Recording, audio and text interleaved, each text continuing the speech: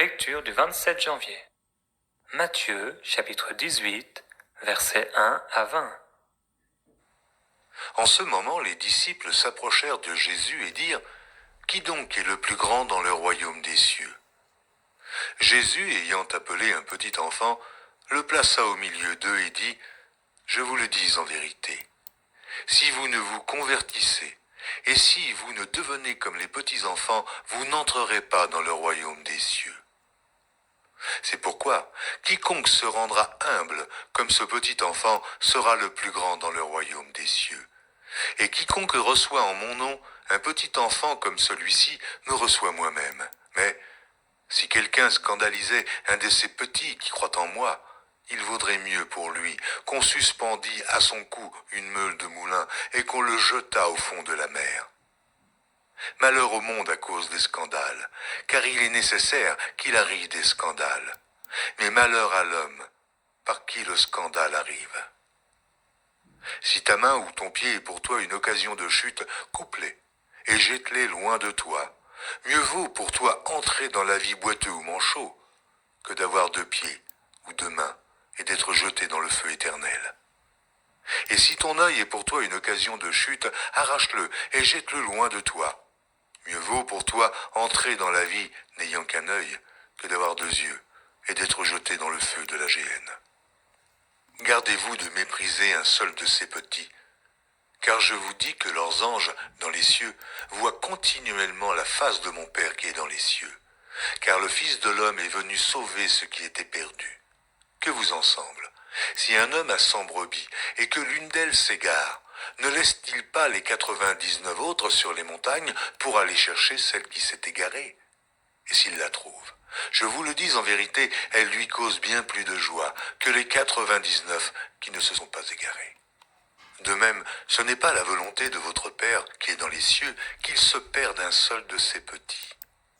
Si ton frère a péché, va et reprends-le entre toi et lui seul. S'il t'écoute, tu as gagné ton frère. Mais s'il ne t'écoute pas, prends avec toi 1 ou 2 personnes afin que toute l'affaire se règle sur la déclaration de 2 ou 3 témoins. S'il refuse de les écouter, dis-le à l'Église. Et s'il refuse d'écouter l'Église, qu'il soit pour toi comme un païen et un publicain. Je vous le dis en vérité, tout ce que vous lirez sur la terre sera lié dans les cieux, et tout ce que vous délierez sur la terre sera délié dans le ciel. Je vous dis encore que si 2 d'entre vous s'accordent sur la terre pour demander une chose quelconque, elle leur sera accordée par mon Père qui est dans les cieux. Car là où 2 ou 3 sont assemblés en mon nom, je suis au milieu d'eux. Exode, chapitre 4, versets 1 à 31. Moïse répondit : « Ils ne me croiront pas et n'écouteront pas ma voix, mais ils diront : l'Éternel ne t'est pas apparu. L'Éternel lui dit : Qu'y a-t-il dans ta main ? Il répondit : un bâton. L'Éternel dit : jette-le par terre. Il le jeta par terre et cela devint un serpent. Moïse s'enfuit devant lui. L'Éternel dit à Moïse : étends ta main et saisis-le par la queue. Il étendit la main et le saisit, et cela redevint un bâton dans sa main. C'est, dit l'Éternel, afin qu'ils croient que l'Éternel, le Dieu de leur père, t'est apparu. Le Dieu d'Abraham, le Dieu d'Isaac et le Dieu de Jacob. L'Éternel lui dit encore : mets ta main dans ton sein. Il mit sa main dans son sein, puis il la retira. Sa main était couverte d'une lèpre blanche comme de la neige. Il dit : remets ta main dans ton sein. Il remit sa main dans son sein, puis il la retira de son sein. Elle était redevenue comme sa chair. S'ils ne te croient pas, dit l'Éternel, et ne prêtent pas attention au premier signe, ils croiront à ce dernier signe. S'ils ne croient pas même à ces 2 signes et n'écoutent pas ta voix, tu prendras de l'eau du Nil. Tu la répandras sur la terre sèche, et l'eau que tu auras prise du Nil deviendra du sang sur la terre sèche. Moïse dit à l'Éternel : Ah, Seigneur, moi je ne suis pas un homme qui ait la parole facile, et ce n'est ni d'hier, ni même d'avant-hier, ni même depuis que tu parles à ton serviteur, car moi j'ai la bouche et la langue pesantes. L'Éternel lui dit, qui a donné une bouche à l'être humain, et qui rend muet ou sourd, voyant ou aveugle? N'est-ce pas moi, l'Éternel? Va donc maintenant. C'est moi qui suis avec ta bouche, et je t'enseignerai ce que tu auras à dire. Moïse dit, ah Seigneur, envoie qui tu voudras envoyer. Alors la colère de l'Éternel s'enflamma contre Moïse, et il dit, n'y a-t-il pas ton frère, Aaron le Lévite? Je sais qu'il parlera facilement. D'ailleurs, le voici lui-même qui vient à ta rencontre. Quand il te verra, il se réjouira de tout cœur. Tu lui parleras et tu mettras ses paroles dans sa bouche. Et moi, je serai avec ta bouche et avec sa bouche. Et je vous enseignerai ce que vous aurez à faire. Il parlera pour toi au peuple. Il te servira de bouche et tu tiendras pour lui la place de Dieu. Prends dans ta main ce bâton avec lequel tu opéreras les signes. Moïse s'en alla, et de retour auprès de Jéthro son beau-père, il lui dit, « Je vais aller rejoindre mes frères qui sont en Égypte, et voir s'ils sont encore vivants. » Jéthro dit à Moïse, « Va en paix. » L'Éternel dit à Moïse en Madian, « Va, retourne en Égypte, car ils sont morts, tous ceux qui en voulaient à ta vie. »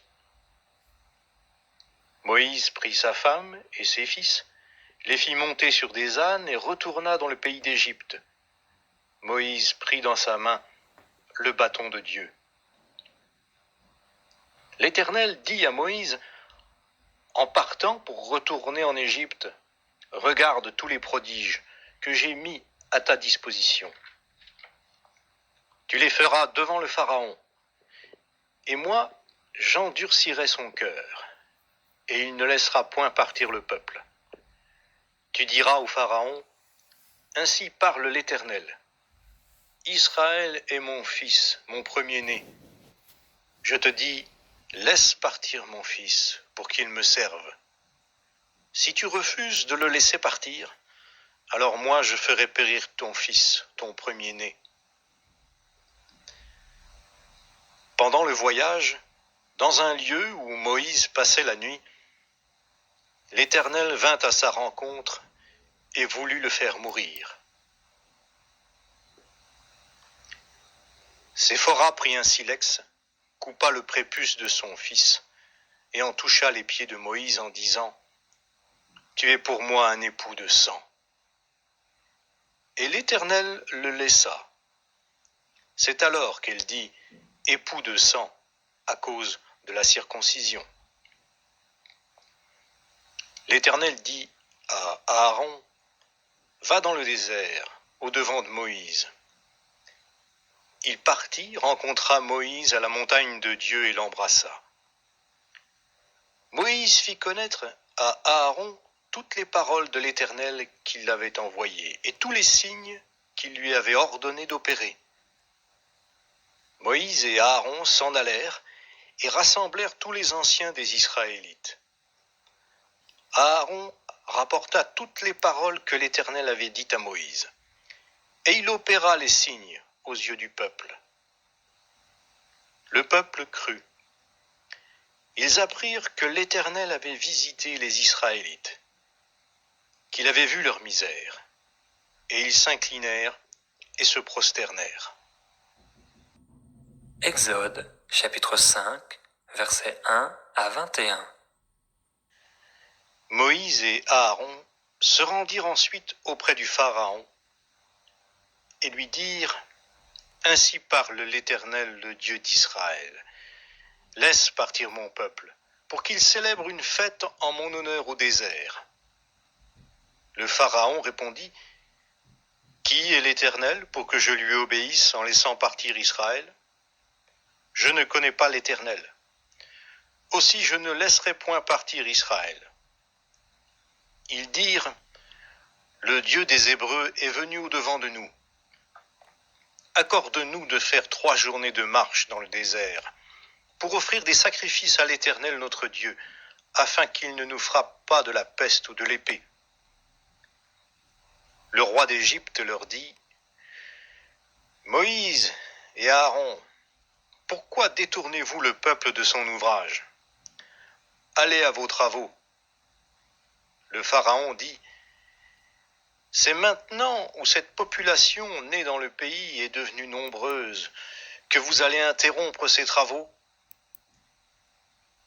Et le jour même, le Pharaon donna cet ordre aux inspecteurs du peuple et aux commissaires, « Vous ne donnerez plus, comme auparavant, de la paille au peuple pour faire des briques.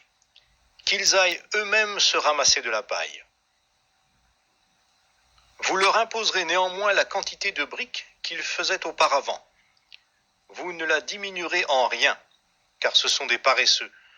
Voilà pourquoi ils crient en disant, « Allons offrir des sacrifices à notre Dieu. » Accablez ces gens de travail, qu'ils aient par-delà de quoi s'occuper et ne prennent plus garde à des faussetés. Les inspecteurs du peuple et les commissaires allèrent dire au peuple, « Ainsi parle le Pharaon, je ne vous donne plus de paille. Allez vous-même vous procurer de la paille où vous en trouverez, car l'on ne diminue en rien votre tâche. » Le peuple se dispersa dans tout le pays d'Égypte pour ramasser du chaume au lieu de paille. Les inspecteurs les pressaient en disant, « Finissez votre ouvrage journalier, comme quand il y avait de la paille. » On frappait même les commissaires des Israélites, établis sur eux par les inspecteurs du Pharaon.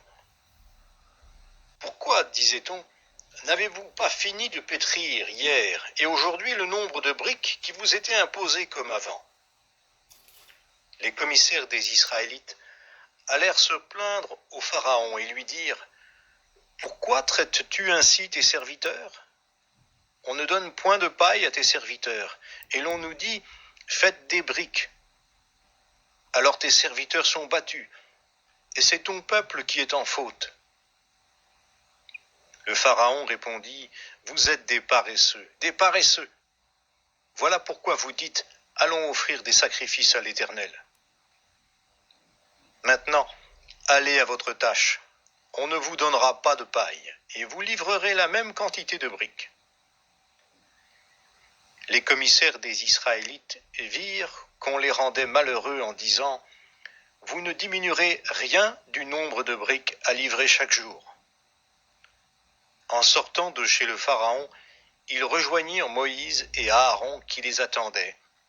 Ils leur dirent, « Que l'Éternel vous regarde et qu'il juge. Vous nous avez rendus odieux au Pharaon et à ses serviteurs. Vous avez mis une épée dans leurs mains pour nous tuer. » Psaume, chapitre 22, versets 19 à 31. Il se partage mes vêtements, il tire au sort ma tunique. Et toi, Éternel, ne t'éloigne pas. Toi qui es ma force, viens en hâte à mon secours. Protège mon âme contre le glaive, ma vie contre le pouvoir des chiens. Sauve-moi de la gueule du lion, délivre-moi des cornes du buffle. Oh, je publierai ton nom parmi mes frères, je te célébrerai au milieu de l'assemblée. Vous qui craignez l'Éternel, louez-le, vous tous. Postérité de Jacob, glorifiez-le, tremblez devant lui, vous tous, postérité d'Israël. Car il n'a ni mépris, ni dédain pour les peines du misérable. Et il ne lui cache point sa face, mais il l'écoute quand il crie à lui. Tu seras dans la grande assemblée l'objet de mes louanges. J'accomplirai mes vœux en présence de ceux qui te craignent. Les malheureux mangeront et se rassasieront. Ceux qui cherchent l'Éternel le célébreront, que votre cœur vive à toujours. Toutes les extrémités de la terre penseront à l'Éternel et se tourneront vers lui. Toutes les familles des nations se prosterneront devant ta face. Car à l'Éternel appartient le règne. Il domine sur les nations. Tous les puissants de la terre mangeront et se prosterneront aussi. Devant lui s'inclineront tous ceux qui descendent dans la poussière, ceux qui ne peuvent conserver leur vie. La postérité le servira, on parlera du Seigneur à la génération future. Quand elle viendra, elle annoncera sa justice, elle annoncera son œuvre au peuple nouveau-né. Proverbe, chapitre 5, versets 15 à 21. Bois les eaux de ta citerne, les eaux qui sortent de ton puits. Tes sources doivent-elles se répandre au dehors? Tes ruisseaux doivent-ils couler sur les places publiques? Qu'ils soient pour toi seul et non pour des étrangers avec toi. Que ta source soit bénie et fais ta joie de la femme de ta jeunesse, biche des amours, gazelle pleine de grâce. Sois en tout temps enivré de ses charmes, sans cesse épris de son amour. Et pourquoi, mon fils, serais-tu épris d'une étrangère et embrasserais-tu le sein d'une inconnue? Car les voies de l'homme sont devant les yeux de l'Éternel, qui observe tous ses sentiers.